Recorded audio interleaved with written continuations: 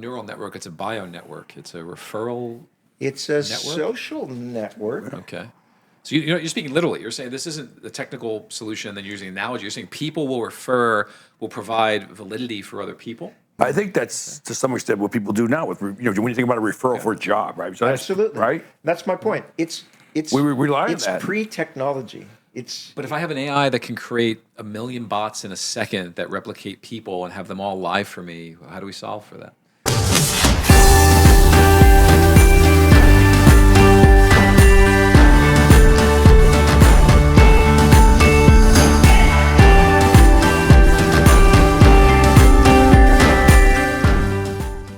Welcome to Terraverse TV.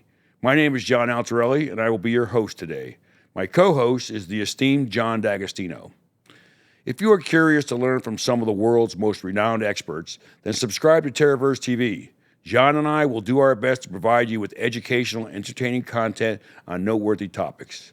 We have an extensive network of brilliant people who are willing to share their insights with you.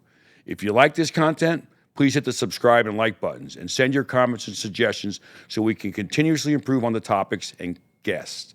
Also, turn on the notifications bell to receive updates on future shows. John and I also host a Terraverse Salon, which is an in-person gathering of intellectually curious folks from all walks of life. We invite experts to discuss interesting topics and allow the guests to participate in a live Q&A after. The salon was so successful that we no longer can accommodate the number of guests who wish to attend in person. So we recently started filming the salons and we'll be posting them on Terraverse TV as well. We hope you enjoy the videos from the salons. Finally, if you're interested in the backstory on Terraverse TV and Terraverse Salon and some of the background on John and me, we will post some additional content for your viewing pleasure. Today, we are excited to have as our guest Dr. Scott Stornetta, who is considered by many to be the co-inventor of the blockchain. My co-host, John D'Agostino, will provide a very brief biography of Dr. Stornetta, which is very truncated given his extensive body of work, and then we will get into the interview. Take it away, John. Thank you, John. So we're here with Dr. Stornetta, who's kind enough to allow us to refer to him as Scott. Scott, thanks for coming. works for me. So, as John mentioned, we take up all of our time with your background. The stuff that pops out at me: Ph.D. from physics from Stanford University, history major from Oxford. So, we're in the same class, right? Yeah. We'll do it. So, attending MIT, Harvard, Brigham Young, undergraduate in physics, so went straight through. Your doctoral dissertation of physics of computation, first dissertation from Stanford to focus on backpropagation-based neural networks. We'll talk about that and the role of gradients and whatnot, and we'll see if we can dumb it down for guys like John and I. But it's incredibly prescient to have done this back in the late 80s, early 90s, where you were a National Science Foundation Graduate Research Fellowship. Maybe our listeners don't know what that is. That is, Rhodes Scholar on steroids. So we'll talk a bit about that. Considered to be the co-inventor of blockchain, a lot of folks have made this claim. Not many have. 3 of the 8 or 9 citations in the original Bitcoin white paper reference their work, which yours has. Your paper, I've heard about your paper, had a timestamp, a digital document back in 91. This is MIT will brag about sort of, and correct, I think, doing some work in the mid-90s, 95, 96. You were the inspiration for that work. So it's fair to say that you were one of the fathers of this technology that's grown to an enormous degree. Now you've got Surety Technologies is the longest running blockchain. The bona fides go on and on and on. And then your now VC firm, which you are a partner of. So I kind of want to start with just more generally. So if you're the father or one of the fathers of blockchain, let's say, for argument's sake, it's a teenager now. Mm. You proud of your teenager? They have their own mind and will.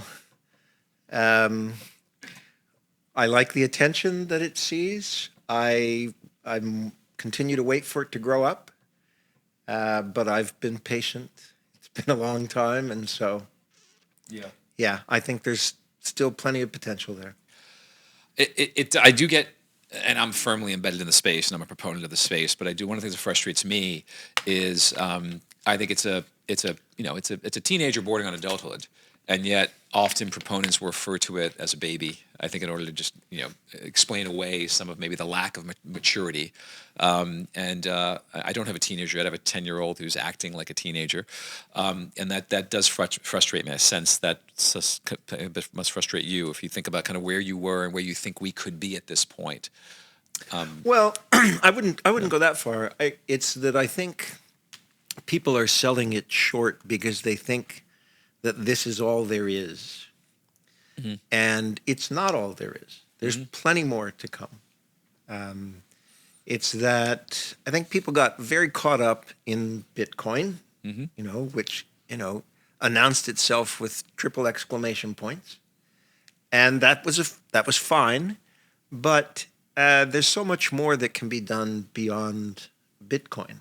I mean, really, to me, fundamentally, think about having a universal public ledger and how much we can reduce the friction and reduce all of the measures and countermeasures we use to overcome a lack of trust between siloed institutions. So, John, I was an early skeptic, as John knows. John was an early, I wouldn't say cynical, proponent, but I'm a cynical enthusiast. I absolutely did not buy it. I could not get my arms around it, and mainly was because the people that were coming to me with projects, they were just unsophisticated. They were the Sam Bankman-Frieds. These were people that I knew were not going to do good things with it. And then also Bitcoin, like you said, came on the scene as, it's going to be basically get rid of central banks, take care of fiat. It was going to be a currency, a medium of exchange. It basically hasn't done any of the three things it said it was going to do. I think that's a great point, and I'm happy to come back to that. Okay. Keep moving. So, but in the background, there was this blockchain, right? That everyone basically was saying, but blockchain is real. Bitcoin may be a Ponzi scheme, but blockchain is real. And I kept saying, okay, I get it. I started looking a little bit into the science and what it was really all about, and I got it. I understood what it could be, the promise. But there was very few applications for it in the beginning. So I'm curious, have you seen the evolution of sort of use cases that are making more sense now? Well, I've certainly seen a great starting point for evolution, meaning really bad cases. Okay. Well, that's good. You got to get rid of those first. And, I think of myself as a pretty traditional venture investor in a space that is really built on hype and if we build it, they will come ism. Right. And so we sift through an awful lot of junk that people are so enthusiastic about, and it's going to revolutionize this and upend that. Right. And we say, well, that's all great, but there's an old joke in the investment space. Everyone that's worth his salt as an entrepreneur wants to tell you how they're going to get from A to Z. And we just want them to tell us how they're going to get from A to B. How they're going to make payroll next month, right? And right. Okay. There's... But some ways, I mean, let me just play devil's advocate on this, because I think in some ways Bitcoin is a victim of its own success, in the sense of, I used to work for the New York Mercantile Exchange. And part of my job was we would create new derivatives contracts, new forms of value, effectively. 99% failed. And there were things that the world was using, like derivative natural gas contracts and whatnot. Most of them failed. In less than a decade, an entirely new form of value, you can call it currency value, whatever you want, but the notion that Bitcoin is not an unprecedented enormous success is just wrong. Now could it go away? That's fine, but in less than a decade, there are multiple countries accepting it for tax purposes. There are 50 right. So right now in the U.S., 52 million people roughly own digital assets. A lot of that being Bitcoin. How many people do you think directly own stocks in the U.S.? Not through pensions, but have gone on to an account and bought a share of stock in this country? John, take a guess. I have no idea, John. 52 million. Same.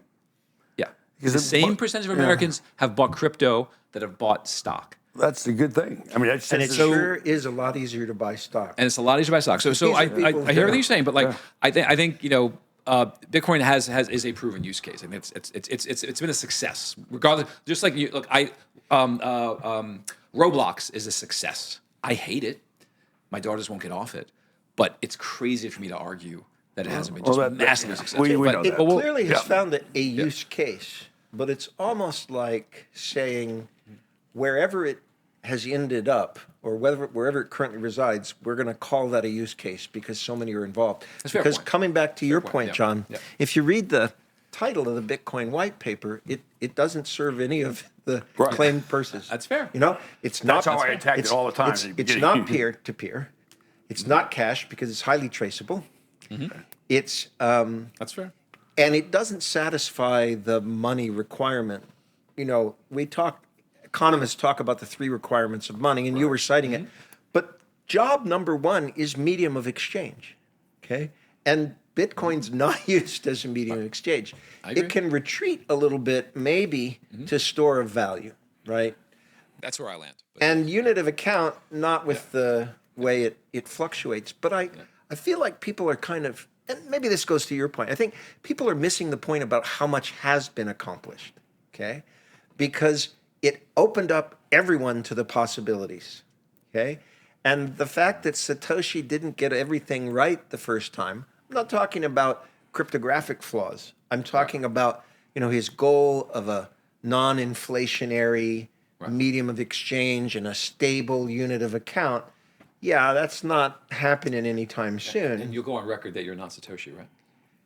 I always give gotta the ask. same answer. I have to ask. I always give the same answer, just so for the record. Okay. Because I do get I do get unsolicited mails saying, gee, I read the white paper. I see that you're cited a lot. I also Googled you and I see that you speak Japanese. So are you willing to? And I always I didn't even know that. I was making a joke, but now I now always now gotta give ask, the same answer, which is, 私はサトシナカモトではありません。でも、サトシだったらそんなことを告白すると思いますか? I don't know how to make it any clearer than that. Well, I think that's smart, by the way. well, John, he's going to find his way to a number of conspiracy sites after this interview for Absolutely, sure, yeah. because So- John and I are But if I could notorious just for drill that. for just one more Keep second going. on This the is Bitcoin. yours. Because Keep the going. point is, Yeah. Bitcoin opened us up to what's possible. Yes. And now everyone's trying to, can we fix, some of the problems? Can we make it more, Yeah. less energy intensive and so on and so forth? And there's plenty of progress that's been made. Some of it is cyclical, however, and I apologize for too much tooting our horn, but if people would actually read the 3 papers that Stuart and I wrote, they'll find that some of the bigger breakthroughs in blockchains are reinventions of what we already told people they should No, be I saw considering. that because I read your list and it's like very prescient of Yes. the things that all the things that you thought it would be used for. I thought that was great. That's not what they touted Bitcoin for though, which is different than the blockchain, obviously. That's right. So do you think of blockchain as I mean, this is an unfair question, but do you think of it more as a pure technology or as a way for humans to organize themselves around concepts like truth? That is a great question thank you. because let me speak to decentralization first. Okay. Okay. Because, and I will come back directly to the question you're raising. But when I see people touting decentralization as an essential construct in and of itself, I actually think people are missing the boat. In other words, for us, for Stuart and myself, the goal was to create immutable records. And in order to do it, we concluded that the only way to remove the reliance on a trusted third party was to decentralize. And so for us, decentralization is a means to a truly desired ends, not necessarily an ends in itself. Now, I do think we are experimenting with different ways to organize on a larger scale, okay? And there's this whole kind of democratic thrust that it has, where sometimes when we say democratic, what we mean is egalitarian. I'll go a step further. I think your point is very, very relevant, and I think decentralization has become sort of a code word for anti-government. Yeah.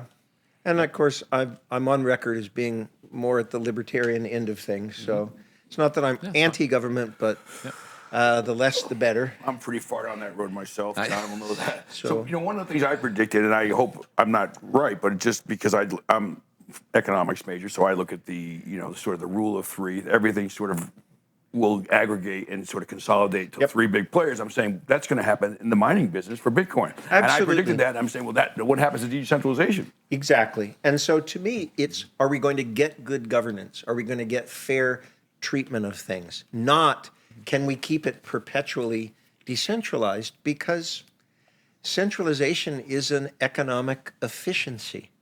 And you can't Fight it. Right? You shouldn't try to the law fight of nature, it. right? That's why it's going. You shouldn't try to fight it. You can level the playing field, but that just starts the race again. And then things are going to naturally centralize around the efficiencies. And so the idea that this was going to once and all level the playing field and it would never centralize again or never accumulate, concentrations of capital again, that's just complete. Do you think the government will have to step in sort of in an antitrust way, just like they do in other industries? I think we're seeing that now in some. We're seeing it to some extent. They need to. I agree with you. I don't think these systems will take off. The part of the issue is that stepping in with traditional regulation is in some sense kind of missing the point, because there are a lot of things that the government wants to naturally step in to regulate that aren't needed to be regulated, and there are other issues that are. Okay, so the whole issue of settlements, for example, kind of goes away when your settlements are atomic. Right. And there are a number of things. Let me just mention one: the fact that much government regulation talks about the need to have a backup. Okay, I'm not talking about the grand aims. I'm talking about when you actually read all the regs. Yeah. Well, I was giving a talk to a board of directors of one of the nation's mid-tier banks. And they said, well, how do you back this thing up? I said, if you don't understand that this is its own backup, then you're not grasping what's really different about this technology. And so I'm simply citing that as an example of, don't come in with all of the old regulatory rules and say, well, we got to have this, we got to have that, we got to have that. Yeah. And we say, why? This system doesn't need that. Yeah, that's fair. That's fair. I mean, but I do question whether, to my point before, I don't know if the decentralized aspects of it will catch on in the way that some people. So I was at MIT on Sunday. I spoke at the MIT Bitcoin conference. A lot of young people, a lot of maxis, a lot of ultra libertarians, and I asked this question about maybe 300 people in the audience. Say, who here believes in self custody over centralized custody like a Coinbase? And at least half of the audience raised their hand. I said, great, leave your hand up, hold them up, and ask one simple question. How many of you, be honest, God forbid you were to die today, how many of you have a friend that you trust enough with a bearer asset who has the technical ability to do what you want with it? Right. And one by one, and the first thing, then of those 100 people, 2 left their hand up. And when I asked them who it was, guess what it was? My lawyer, my estate lawyer. So you've just centralized that estate process. So I am a little bit skeptical that in my lifetime we'll abandon these notions of trust. I mean, I'm lucky. John, I would trust John with my hard wallet. But how many people have that luxury? Well, I really love the topic that you've jumped to because we've been thinking about this in a very different context, namely the context of how do I know that you are who you say you are? Let's talk identity. And with the rise of deep fake AI, which I celebrate, is because it's a new creative tool. How are you ever going to know that someone is who they say they are? And what I find interesting is that there's so much thinking that is based on biometrics or on government-issued identification or whatnot. But there are older methods that we used to identify each other, okay? And in a fundamental sense, they go to your hand-raising exercise. Namely, how do you really know it's me? Well, I could bring my sister. My sister would say, yep, this is my brother. I've known him for 16 years. I could bring my wife. She goes, yep, I'm his spouse. I could bring my children. I could bring my closest business colleagues. And there's a crosshatch network that really can't be faked, the richer you build it. This goes to your people that you would actually trust with the thing. And so, not unlike Google PageRank, which is a self-solving problem of relative importance, you can also build a recursive relationships network to clearly identify people without the need for biometrics or government-issued IDs. And to my knowledge, it's the only system that has a kind of graceful degradations to it that allows you to recover things. Well, isn't that sort of what Google does now when you sign into a lot of apps? You can use your Google account to sign in. They take your word for it just by your fact that you use your Google account. Yes, but that's as opposed to a password. That's right? identity that's flowing from a direction to a direction. Okay. In other words, they want to first do everything they can to make sure it's you, and then that authority flows outward. Right. What I'm talking about is a bidirectional graph that has enormous redundancy in it. So it's not a neural network, it's a bio network. It's a referral. It's a social network. Okay. So you're speaking literally. You're saying this isn't the technical solution, then you're using an analogy. You're saying people will provide validity for other people. Yeah, I think we will see that. I think that's to some extent what people do now with, when you think about a referral for a job, right? So that's, absolutely. Right? That's my point. It's we rely on it's that. pre-technology.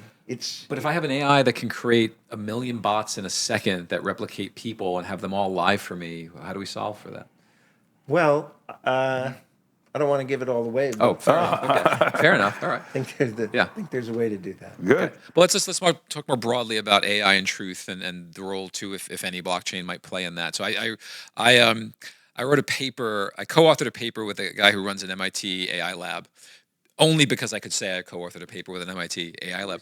His name is Dr. Manolis Kellis. He spoke here. He runs a healthcare AI lab at MIT.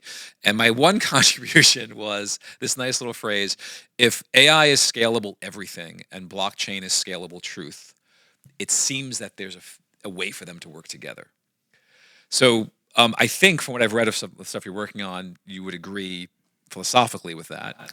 I would. So how can AI, without revealing any trade secrets, how can blockchain, or how are we going to solve it? Do you think everyone's telling me in less than a year, maybe even now, we cannot trust video anymore?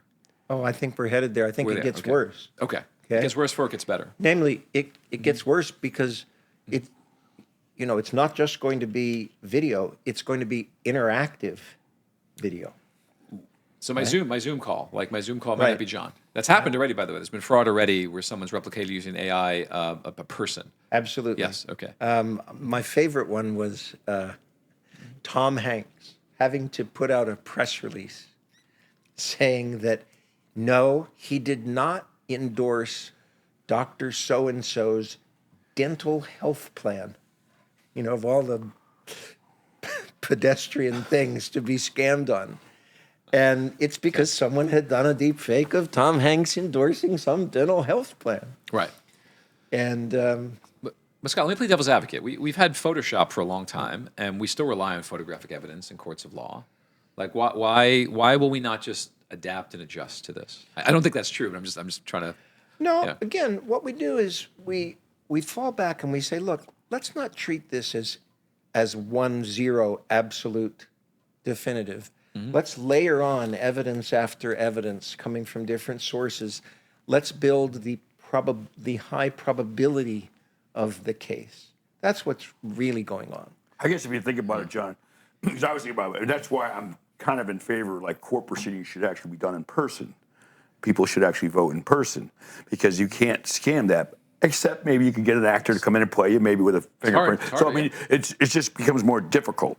But I guess fraud has always existed, and you try to find ways to ameliorate it or sort of but it's never perfect, right? It's never perfect. You can fraud documents are fraud. But what you want is yeah. defense in depth.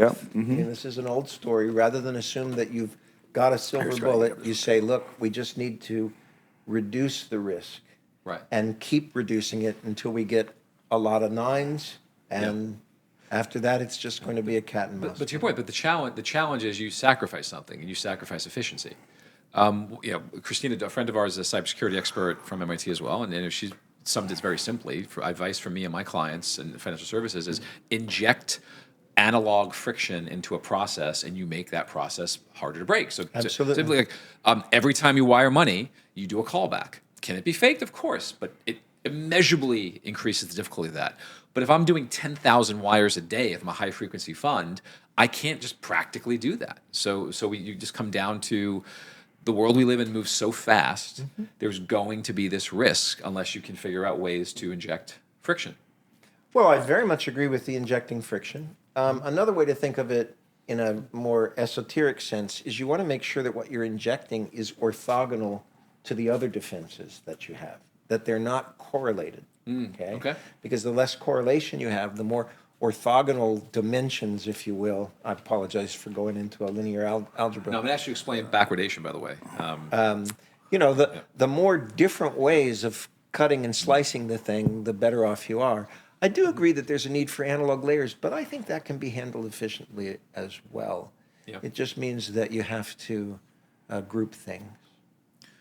Okay. It says one of your interests is in NFTs. Sure. Okay. I mean, a little surprising given how you talked about, because NFTs are probably derided as the least useful or the worst example. They are, but of I that. think So what's they interesting are. about them? Well, I think they're a harbinger of how we're going to record other assets in the future. Okay. Okay, I really, Bored apes aside,